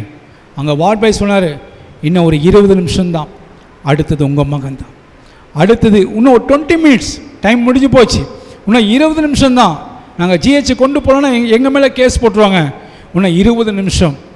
நானும் மனைவியும் ஒரு ஒரு கண்ணீர் விட்டு ஒரு பைத்தியக்கார போல் அந்த இஎஸ் ஹாஸ்பிட்டலில் அந்த அந்த மரத்து கீழே உட்கார்ந்து கண்ணீர் விட்டு சொன்னோம். ஆண்டவரே, இந்த வேதத்தை சுமக்கிற நாங்கள் அப்பா, இந்த மகனை ஆண்டவரே எந்த டாக்டர் கைவிடப்பட்டு இவன் தத்தளிக்கிறானோ, யார் முடியாது என்று தத்தளிக்கிறானோ, ஆண்டவரே எப்படியாவது என் மகனை உயிரோடு கொண்டு போகணும் ஆண்டவர் என்று சொல்லி நாங்கள் கண்ணீர் விட்டு சொம்மணி கொண்டு இருந்தோம். என் பொண்ணு கேட்குறா, எங்கள் அண்ணனை பார்க்கணும், எங்கள் அண்ணனை பார்க்கணும். என்னோடய சொந்த பந்தெல்லாம் கேட்குது, உங்கள் பையனை எப்படியாவது எவ்வளோ பழம் சொன்னாலும் பரவாயில்ல, நீ கொண்டு வா. நான் என்னங்க பண்ண முடியும்? ஒன்னே ஒன்று, விண்ணப்பத்தை கேட்பவரே, என் கண்ணீரை காண்பவரே. 1/2 மணி நேரம் என்று சொன்னார்கள், 1 மணி நேரம் ஆச்சு. 1 மணி நேரம் என்று சொன்னார்கள், 2 மணி நேரம் ட்ரீட்மெண்ட் பண்ணாங்க. அப்படியே இம்ப்ரூவ் பண்ண 1 நாள் ஆச்சு, 2 நாள் ஆச்சு, 3 நாள் ஆச்சு. எந்த டாக்டர் முடியாதுன்னு சொன்னாங்களோ, எந்த டாக்டரினால் கைவிடப்பட முடியாதுன்னு சொன்னாங்களோ, அதே டாக்டர் மூலமாக குட் கண்டிஷனோட, நல்ல சுகத்தோடு, நல்ல பலத்தோடு என் மகனை ஆண்டு திரும்பி கொடுக்க கர்த்தர் எனக்கு கிருபை கொடுத்தார். முடியாததை, உங்க லைஃப்ல முடியாததை தேவ சமூகத்தில் வச்சு ஜெபம் பண்ணி பாருங்க. ஆண்டவர் இல்லாதவர்களை உருவாக்கி கொடுக்க என் தேவனாகிய கர்த்தர் அவர் உயிரோடு இருக்கிறார். யார் கைவிட்டாலும் பரவாயில்லைங்க, யார் கைவிட்டாலும் பரவாயில்ல, என் இயேசு கிறிஸ்து உங்களை கைவிடவே மாட்டார். என் இயேசு கிறிஸ்து உங்களை கைவிடவே மாட்டார். வாலிப தம்பிகளா, வாலிப தங்கச்சிகளா, உங்க லைஃப்ல உங்க தரிசனத்தை கொண்டு நல்லா ஓடுங்கள். ஆபிரகாம் சரீரத்தை செத்து போனதையே உருவாக்க வல்லவராக இருக்கும் பொழுது உங்கள் லைஃப்ல என்னென்ன முடிஞ்சிச்சு நினைக்கிறீங்களோ, ஆண்டவர் உங்களை தப்புவிக்க அவர் வல்லவராக இருக்கிறார். அவர் வல்லவராக இருக்கிறார். தேவன் வல்லவராக இருக்கிறார். தேவன் வல்லவராக இருக்கிறார். நாங்கள் ஆராதிக்கிற எங்கள் தேவன் சிங்க கெபில இருந்தாலும் சரி, சூழ நெருப்பில் இருந்தாலும் சரி, எங்களை தப்புவிக்க அவர் வல்லவராக இருக்கிறார். ஆமென். நல்ல கரங்களை தட்டி கர்த்தரை ஸ்தோத்திரம் பண்ணுவோமா? இன்னும் ஒரே ஒரு நிமிஷத்தில் முடிச்சேன். இன்னொரு குறிப்பு வாசிக்க கேட்போம். தானியேல் புஸ்தகம் 3ஆம் அதிகாரம் 17ஆம் வசனத்தை வாசிங்கள்.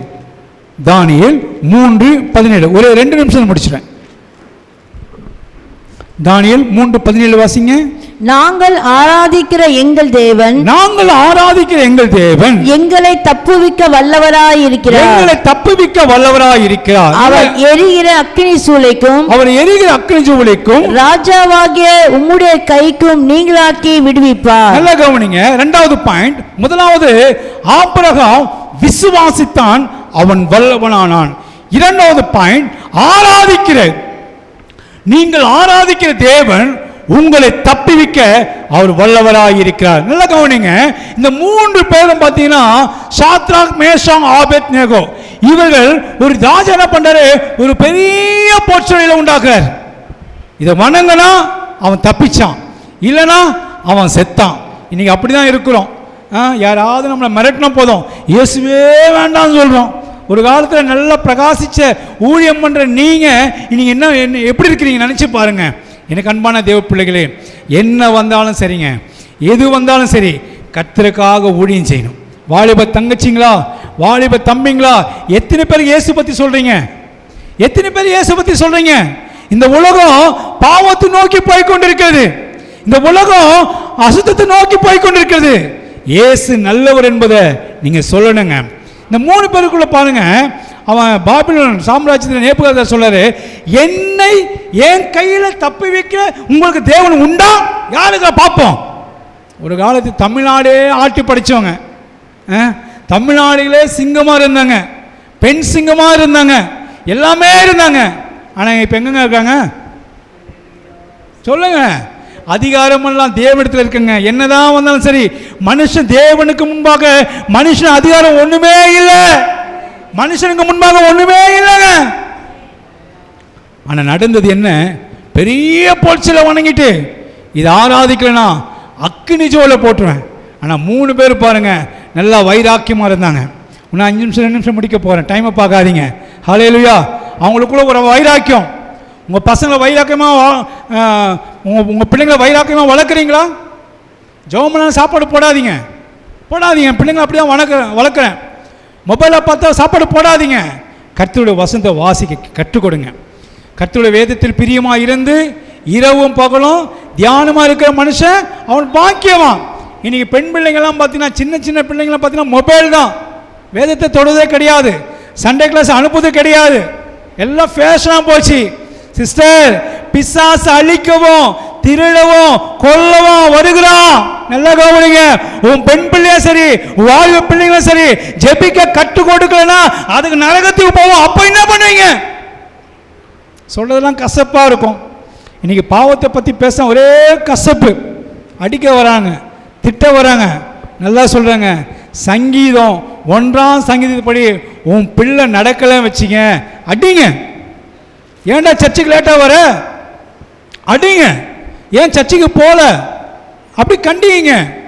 எப்ப பார்த்தாலும் மொபைலை தூக்கி போடுங்க. இந்த வேதத்தை வாசிங்க. கர்த்தர் உங்களை ஆசீர்வதிப்பாராக. இந்த வேதம் சத்தியம், இந்த வேதம் சத்தியம். இந்த வேத வசனம் கால்களுக்கு தீபமாகும், பாதைக்கு வெளிச்சமா இருக்கு சிஸ்டர். இந்த 3 பேருக்குள்ள அக்கினி ஜோலை போட்டாங்க. ஆனாலும் அவங்க பயப்படவே இல்லை. எரிகிற அக்கினி ஜோலி 7 மடங்கு. ஒரு மனுஷனோட டெம்பரேச்சர் 100 வெப்பநிலை வந்து அவனால் தாங்க முடியாது. ஆனால் பாருங்க, இந்த 3 பேரும் போட்டவங்க அப்படியே கருகி போயிட்டாங்க. ஆனால் கர்த்தர் 4வது நாளாய் அவங்களோட உலாவிக் கொண்டே இருந்தார். எனக்கு அன்பான தேவ பிள்ளைகளே, இந்த 3 பேருக்குள்ள இந்த 4 தானியேல் கூட என்ன ஒரு குவாலிஃபைடுனா, உலகத்துக்கும் இவங்களும் பிரித்தெடுக்கப்பட்டவர்கள். இதெல்லாம் நான் அந்த போஜன பதத்தில் கை வைக்க மாட்டேன். ஒரு பிரதிஷ்டை உள்ளவர்கள். எனக்கு அன்பான கர்த்தர் பிள்ளைகளே, உங்கள் பிள்ளைய நான் ஒரு நிமிஷத்தில் முடிக்க போகிறேன். உன் பிள்ளைய கர்த்தருக்காக அர்ப்பணித்து பாருங்கள். நல்லா படிக்க சொல்லுங்கள், ஆனால் முழங்கால படித்து ஜெபம் பண்ண சொல்லுங்கள். இந்த உங்கள் பிள்ளைய ஞானத்திலும் வளத்திலும் அறிவிலும் கிருபிலும் வளர்க்கணும்னா இயேசு கிறிஸ்துவை ஃபாலோ பண்ணுங்க. எனக்கு அன்பான கர்த்தர் பிள்ளைகளே, நீங்கள் வல்லவர்களாய் மாற வேண்டும். முதலாவது நமக்குள்ள விசுவாசம், 2வது நம்ம கர்த்தரை ஆராதிக்கணும். இப்படி இருக்கும் பொழுது எல்லா விஷயத்திலும் தப்புவிக்க அவர் வல்லவராக இருக்கிறார். நாம் யாவரும் எழுந்து நிற்போமா? நாம் யாவரும் ஒரே ஒரு நிமிஷம் எழுந்து நிற்போமா? Price the Lord. ஹல்லேலூயா. எனக்கு அன்பான கர்த்தர் பிள்ளைகளே, ஆபிரகாமுக்குள்ளே விசுவாசம், இந்த ஃபேத், இந்த கடைசி காலத்திலே விசுவாசம் இல்லாமல் இருக்கார்கள். விசுவாசம் நமக்கு தேவை தேவ பிள்ளைகளே. 2வது ஆராதனை. அடுத்ததாக ஆராதனை, நம்ம தேவனை எல்லாம் ஆராதிக்கணும். 3வதாக அபிஷேகம். தாவீது கோலியாத்தை முறியடிக்க அவனுக்குள்ள அபிஷேகம். அந்த அபிஷேகம் தான் மிரட்டி கொண்டு இந்த கோலியாத்தை கர்த்தர் முறியடித்தார். முதலாவது விசுவாசம், 2வது ஆராதனை, 3வது அபிஷேகம். எல்லாம் வாய் தந்து சொல்லுவோமா? முதலாவதாக விசுவாசம், 2வதாக ஆராதனை, 3வதாக அபிஷேகம். மறுபடியும் சொல்லுவோமா? ஹல்லேலூயா. எல்லாம் சொல்லுவோமா? எல்லாம் வாய் தந்து சொல்லுவோமா? நான் வல்லவர்கள் ஆக வேண்டும் என்றால், இவ்வுலகத்தில் ஜெயிக்க வேண்டும் என்றால், முதலாவது நமக்கு தேவை விசுவாசம், 2வது ஆராதனை, 3வது அபிஷேகம். கர்த்தாவே எங்களுக்கு தாரும் என்று சொல்லி எல்லாம் கண்களை முடிச்சோம் பண்ணுவோமா? நம்ம இருக்கிற இடத்துல கண்களை மூடுவோம். ஆவியான நம்மோடு பேசி இருக்கிறாரு. விசுவாசத்தில் நாம் எப்படி இருக்க வேண்டும்? ஆபிரகாமை போல முழு நிச்சயமாக நம்ப வேண்டும். ஆபிரகாம், சாராள், ஆபிரகாமுக்குரிய காரியங்கள் அத்தனையும் செத்து போனது. சாராளுக்குரிய காரியங்கள் அத்தனையும் செத்து போனது. ஆனாலும் ஆபிரகாம், சாராள் தேவன் மீது முழு நிச்சயமாக நம்பிக்கை வைத்தார்கள். இன்றைக்கி உங்கள் வாழ்க்கையில், என் வாழ்க்கையில் கூட நாம் யாரை நம்பிக்கொண்டிருக்கிறோம்? மனிதரையா, உறவினர்களையா, இல்லை யாரை நம்புகிறோம்? யாரும் நமக்கு கொடுக்க மாட்டார்கள். எல்லாம் ஒரு லிமிட்டு தான். நான் தருவேன், நான் பார்த்து கொள்வேன், நான் எல்லாம் செய்வேன், நான் இருக்கேன், கவலைப்படாதீங்க, அப்படி இப்படி எல்லாம் சொல்வார்கள். ஆனாலும் எல்லாம் கைவிட்டு விடுவார்கள். நம்மை கைவிடாதவர், நம்மை மறவாதவர், நமக்கு வாக்குத்தத்தம் பண்ணினதை நிறைவேற்ற அவர் வல்லமை உள்ளவராக இருக்கிறார். ஹல்லேலூயா. எனவே இப்பொழுது கூட கேட்ட வார்த்தையின்படியாக நம்பிக்கையோடு போங்க. இந்த 8வது மாதம் முடிய போகிறது. ஒரு புதிய மாதத்துக்குள்ளாக நாம் கடந்து போக போகிறோம். அந்த புதிய மாதத்தில் என்னெல்லாம் நம் தேவனிடத்தில் வைத்து நாம் விண்ணப்பம் செய்கிறோமோ அந்த ஜெபத்துக்கு கர்த்தர் பதில் கொடுக்க வேண்டும். அருமையான சாட்சி. கர்த்தருடைய கிருபையினால இயேசுக்கும் அவருக்கும் சம்பந்தமே இல்லை. என்ன சொல்கிறீங்க? இதுக்கு தான் நாங்கள் ஜெபிக்கிறோம். இந்த தீ மிதிக்கிறவங்களை இன்னைக்கு காலையில் கூட நான் ஜெபித்தேன். தீ மிதிக்கிறவங்கெல்லாம் மனம் திரும்பணும். போன வாரம் ஒரு நியூஸ் பார்த்தேன். ஒரு 8 வயசு பையன் தீ மிதிச்சுட்டு போகிறான். அப்படியே விழுந்துட்டான் நெருப்பில். அப்போ நான் கர்த்தரை துதித்தேன். இது போல் சம்பவம் அடிக்கடி நடக்கட்டும் ஏசப்பா. இதனால் கவர்மெண்ட் என்ன செய்யும்? இந்த தீ மிதிக்கிற விழாவெல்லாம் ஸ்டாப் பண்ணி போடுங்க அப்படின்னு கர்த்தரே ஆவியான என்ன செய்வார்? கவர்மெண்ட் அதிகாரியோடு பேசணும். நம்ம ஜெபிச்சாதான் கர்த்தர் பேசுவார். என்ன சொல்கிறீங்க? நம்ம பார்த்துட்டு அப்படியே டிவியை பார்த்துட்டு நல்லா இது பண்ணிட்டு என்ன, அதுக்கு இல்லை. நம்ம டிவியை பார்க்கலாம். எதுக்கு பார்க்கணும்? ஜெபிப்பதற்காக பார்க்கணும். அப்போ நிச்சயமாக இன்றைக்கி வாலிப தம்பிமாரோட கர்த்தர் பேசியிருக்கிறாரு. நான் சபையில் சொல்லும்போது என் மேலே உங்களுக்கு வருத்தமாக இருந்திருக்கும்ல. இன்றைக்கி ஆவி என்ன பேசினாரா? வாலிப தம்பிமார்களே, இனிமேல் உங்கள் வாழ்க்கையை நீங்கள் வீணடிக்காதீங்க. செல்ஃபோன் யூஸ் பண்ணாதீங்க. செல்ஃபோனு பெரிய செல்லாம் தேவையில்லை. இந்த மாதிரி ஒரு செல்லை வச்சுக்கோங்க. அப்பா அம்மா கிட்ட வெளியில் போனால் நீங்கள் பேசணும்னு நினச்சிங்கன்னா தம்பிமாருங்க கவனிங்க, இது மாதிரி ஒரு செல்லு வச்சுக்கோங்க. அது உங்களுக்கு பிரயோஜனமாக இருக்கும். பெரிய செல்லாம் வேண்டாம். உங்களை அடிச்சுட்டு கூட தூக்கிட்டு போயிடுவாங்க. என்ன சொல்கிறீங்க? நிறைய இன்றைக்கி நடக்குதான் இல்லைங்களா? ஆமாம். பேரண்ட்ஸ், நீங்கள் என்ன செய்யக்கூடாது? பெரிய செல்ஃபோனை பிள்ளைங்களுக்கு வாங்கி தராதிங்க. நம்ம கொஞ்ச நேரம் வேலை செய்யலாம், நம்ம கொஞ்ச நேரம் ரெஸ்ட் எடுக்கலாம், பிள்ளைங்கக்கிட்ட செல்ஃபோனை கொடுத்துடலாம், அதுங்க அப்படியே ஆடிட்டு இருக்கட்டும், அதுங்க வரையிட்டோன்னு சொல்லி நம்ம விடக்கூடாது. கவனமாக இருக்க வேண்டும். பிள்ளைகள் விஷயத்தில் ஆவியான தெளிவாய் பேசியிருக்கிறாரு. பேசினாரா இல்லையா? எத்தனை பேர் நம்புறீங்க? எத்தனை தம்பிமார்கள் கர்த்தருக்கு தங்களை ஒப்பு கொடுக்க போகிறீங்க? நான் இயேசு பற்றி நான் சொல்ல போகிறேன். அதுதான் நான் கேட்குறேன். வேறு ஒன்றும் எங்கள் கிட்ட கேட்கல. நான் நீங்கள் காசு பணம்லாம் நீங்கள் கொடுக்க வேண்டாம். இயேசு பற்றி அறிவிங்கள். இயேசுக்காக நீங்கள் என்ன செய்யுங்க? வைராக்கியமான இல்லைங்க, அது போதும். ஆம்பேனே சொல்ல மாட்டேன்றீங்க. வாலிப தம்பிமார்கள் கர்த்தர்கள் நேசிக்கிறாரு. ஏனோ தெரியவில்லை, வாலிப பிள்ளைகள் மீது அதிகமான பாரம். வாலிபர்கள் இடறி போகக்கூடாது. வாலிபர்கள் தான் இந்த சபையினுடைய தூண்கள். மனம் திரும்பாத வாலிப தம்பிமார்களுக்கு பேரண்ட்ஸ் நீங்கள் என்ன செய்ய வேண்டும்? அவங்களுக்கு கற்றுக் கொடுங்கள். எப்படினாலும் இருக்கட்டும், எப்போ வேணாலும் அவங்க மாறுறாங்க, மாறட்டும். அப்படி இருக்கக்கூடாது. அப்படி இருப்போமானால் கர்த்தர் நம்ம இடத்துல கணக்கு கேட்பார். உனக்கு எத்தனை டைம் கொடுத்தேன் நான்? உன் பிள்ளைக்கு சொன்னையா? உன் பிள்ளைங்க ஞானஸ்நானம் எடுக்க சொன்னையா? நீ உன் பிள்ளை மனம் திரும்ப சொன்னையா? ஏன் சொல்லலை? ஏன் உன் பிள்ளைக்கு நீ ஆலோசனை கொடுக்கல? ஏன் உன் பிள்ளைக்கு இது பண்ண சொல்லி ஏசப்பா நம்ம இடத்துல கேட்பாரு. அதுக்காகவே நம்ம என்ன செய்யணும்? பிள்ளைகளுக்கு சொல்லிவிட வேண்டும். ஹல்லேலூயா சொல்லலாமா? ஆமென். கர்த்தருடைய ஆவியானவர் நம்மோடு கூட இடைப்பட்டார். அருமையான பாஸ்டரையாவும் அவர் குடும்பத்தையும் கர்த்தரை ஆசீர்வதிக்க வேண்டும். அவர் ஊழியங்களை ஆசீர்வதிக்க வேண்டும். இப்படித்தான் பக்தி வைராக்கியம் நிறைந்த இந்து மார்க்கத்து வந்தவர்கள் கர்த்தருக்காக நிற்பார்கள். இன்றைக்கி நீங்களும் நானும் கர்த்தருக்காக நிற்க வேண்டும். கண்களை மூடலாமா? ஜெபிக்கலாமா? அதுக்கு முன்னதாக ஒரு சிறிய அறிவிப்பு இருக்கிறது. பைபிள், அதாவது சண்டே ஸ்கூல் பிள்ளைகள் ரெடியாக இருக்கீங்களா? ரெடியாக இருந்தால் எடுத்துகிட்டு சண்டே ஸ்கூல் பிள்ளைகள் எக்ஸாம் எழுதியிருக்காங்க. அந்த பிள்ளைகளுக்கு கிஃப்ட் கொடுக்க போகிறாங்க. ஆயத்தமாக இருந்தால் எல்லாத்தையும் எடுத்துகிட்டு வந்து ரெடியாக வைங்க. அதுக்கு முன்னாடி 3 நாள் நமக்கு சுத்திகரிப்பு ஜெபம் இருக்கிறது, மறந்து போகக்கூடாது. 1ஆம் தேதி நமக்கு என்ன வருது சொல்லுங்கள்? ஞாயிற்றுக்கிழமை. அதனால் நமக்கு என்னாகும், வியாழன் வெள்ளி சனி 3 தினங்களில் சாயங்காலம் 6:30 மணி அளவில் நமக்கு இங்கே சுத்திகரிப்பு ஜெபம் இருக்கிறது. ஞாயிற்றுக்கிழமை காலையில் நமக்கு ஆராதனை, வாக்குத்தத்த ஆராதனை இருக்காது, சேர்ந்து நமக்கு வந்துவிடும். தேவ செய்தியோடு திருவிருந்து ஆராதனை இருக்கும். ஆயத்தமாய் வாருங்கள், பரிசுத்தமாய் வாருங்கள், தேவனுடைய சமூகத்தில் ஜெபித்து விட்டு வாருங்கள். முடிந்தால் நீங்கள் 3 தினங்களில் ரெடியாக இருக்கா? முடிந்தால் நீங்கள் 3 தினங்களில் ஒரு நேரமாக நீங்கள் வந்து கலந்து கொள்ள வேண்டும். திருவிருந்து எடுக்கிற பிள்ளைகள் கவனம். திருவிருந்து ஞானசானம் எடுத்துட்டேன், நான் அப்படி வழக்கமாக அவங்கவுங்க எடுக்கிறாம நானும் வந்து எடுக்கிறேன்னா அது பிரயோஜனம் இல்லை. திருவிருந்து எடுக்கிற பிள்ளைகள் நீங்கள் தாழ்த்தி ஜெபித்து பரிசுத்தத்தோடு எடுக்க வேண்டும். என்ன சொல்கிறீங்க? புரியுதுங்களா? கவனிக்கிறீங்களா? ஆமாம், பரிசுத்தம் நமக்கு வேண்டும். இன்றைக்கு உங்களை பரிசுத்தம் பண்ணிக்கொள்ளுங்கள். நாளைக்கு உங்கள் நடுவில் என்ன செய்வேன்? அற்புதங்களை செய்வேன் என்று யோசுவால் நாம் வாசிக்கிறோம். அதுபோல் நீங்கள் பரிசுத்தமாய் வாருங்கள், ஆயத்தமாய் வாருங்கள். கர்த்தர் நம்மை ஆசீர்வதிப்பார். 31ஆம் தேதி சனிக்கிழமை நமக்கு என்ன இருக்குது சொல்லுங்கள். கவனிக்கணும், எல்லாரும் கவனிக்கணும். 31ஆம் தேதி நமக்கு கடைசி சனிக்கிழமை. என்ன இருக்குது சொல்லுங்கள். தெரியாது சிஸ்டர், மறந்துட்டோமே. என்ன இருக்குது சொல்லுங்கள். ஆமாம், உபவாச ஜெபம் இருக்குது. ஆனால் விடுமுறை இருக்கிற பிள்ளைகள், வீட்டில் இருக்கிற பிள்ளைகள் நீங்கள் கண்டிப்பாக வரணும். ஒருவேளை விடுமுறை இல்லைன்னா கூட லீவ் போட்டு வாங்க.